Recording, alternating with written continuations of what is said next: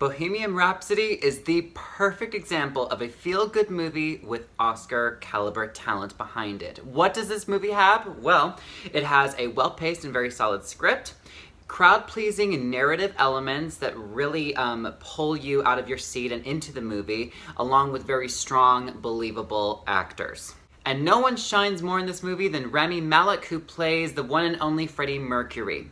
He gives, without a doubt, what I believe will be his career-defining performance. Rami Malek embodies this role with so much charisma, he has so much charm and emotion that really kept you engaged and severely entranced by him. You are completely immersed in who he is, where he is going, and what story he is telling. There were a couple other standouts for me in this movie, the first of which I'm gonna have to give to Gwilym Lee. Gwilym Lee brought a level of groundedness to his character as Brian May that I thought played off of Freddie Mercury very, very well, where Freddie Mercury is the more wild child of the group and Brian May sort of can bring them back down to earth. I thought they played well off of each other and had great chemistry. And the other standout for me was Lucy Boynton as Mary Austin. She gave a very endearing, loving, supportive performance, and I really loved her character, and I loved her chemistry with Rami Malek in the lead. You really, the story did such a great job at solidifying that Mary Austin really was the love of Freddie Mercury's life, and really establishing how important her role in his life was. And I didn't know too much about it, I'm ashamed to admit, before seeing this movie, but I thought that Lucy Boynton really did bring a lot of emotional integrity to this role, and she handled it with care, and I thought she really did well within her supportive role. This was definitely a Freddie Mercury movie, and everybody was great in their role, despite the fact that they had a very clear supportive role.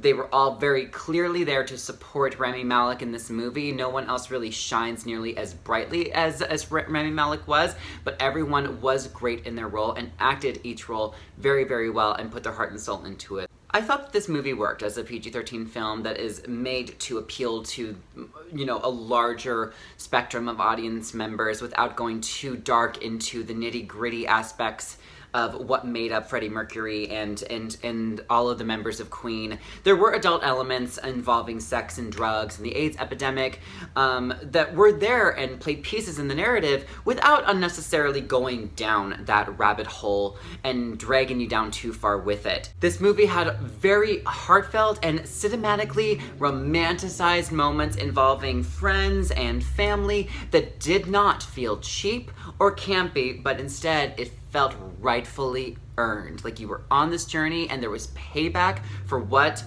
hardships you had to endure and follow with these characters. This was a vibrant musical tribute rather than a dark and edgy biopic that leaves you feeling more uplifted and enthralled rather than melancholy and contemplative. This film is a crowd pleaser, and I feel like it is very unfortunate that critics tend to dismiss films that fall into that category and tend to veer more towards those that are a little bit more serious or dark. I'm hoping that with word of mouth, this film does get the recognition that it definitely deserves. It wasn't a picture-perfect film. I will say they could have spent a couple extra scenes exploring the creations of some of the more iconic songs like Bohemian Rhapsody or We Are the Champions. I will say that we basically see all the scenes in the trailer that involve them making Bohemian Rhapsody, so just fair warning. And since this film was all about Freddie Mercury, you do lose out on some extra time developing the other bandmates of Queen. So for those of you that are big fans and are wanting to dive further into every single member that made up Queen, you might be a little disappointed because this definitely is a Freddie Mercury film. And the very last thing I could really think of was, in reading up on the making of this film and contrasting what really happened in real life, I was disappointed when I found that there were some historical inaccuracies involving certain moments that played out, specifically in the final act. The movie and how they played that out was so brilliantly done that I was just a little disappointed that it wasn't necessarily that way in real life. That wasn't the majority. It was just a few moments that I could say that I won't spoil for you, but those are really the only points that I could think of as to where this movie could have tweaked it a little bit more or handled things a little bit more carefully. And you can't talk about this film without talking about the music and also the performance at Live Aid. And oh my god, you are reminded of the genius of Queen. And I love love that this movie used the original recordings of Queen in the movie rather than having the actors record them. The music, of course, was so brilliant, so much high energy, and it was so vibrantly integrated into the overall narrative seamlessly. And let's talk about that performance at Live Aid. Like, wow, that was one of the best and most effective cinematic movie experiences that I have ever seen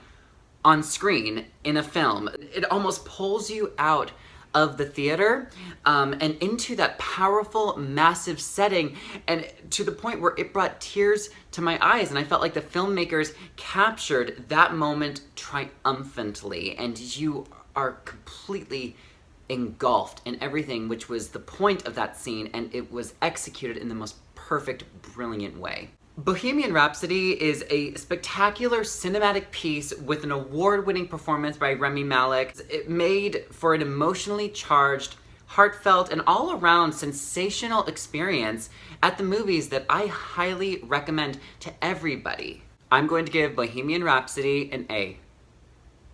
And that was my review of Bohemian Rhapsody. I hope you go and check it out. Thank you all for watching, and until next time, I'm Ryan Bamey, signing off. Bye, everyone.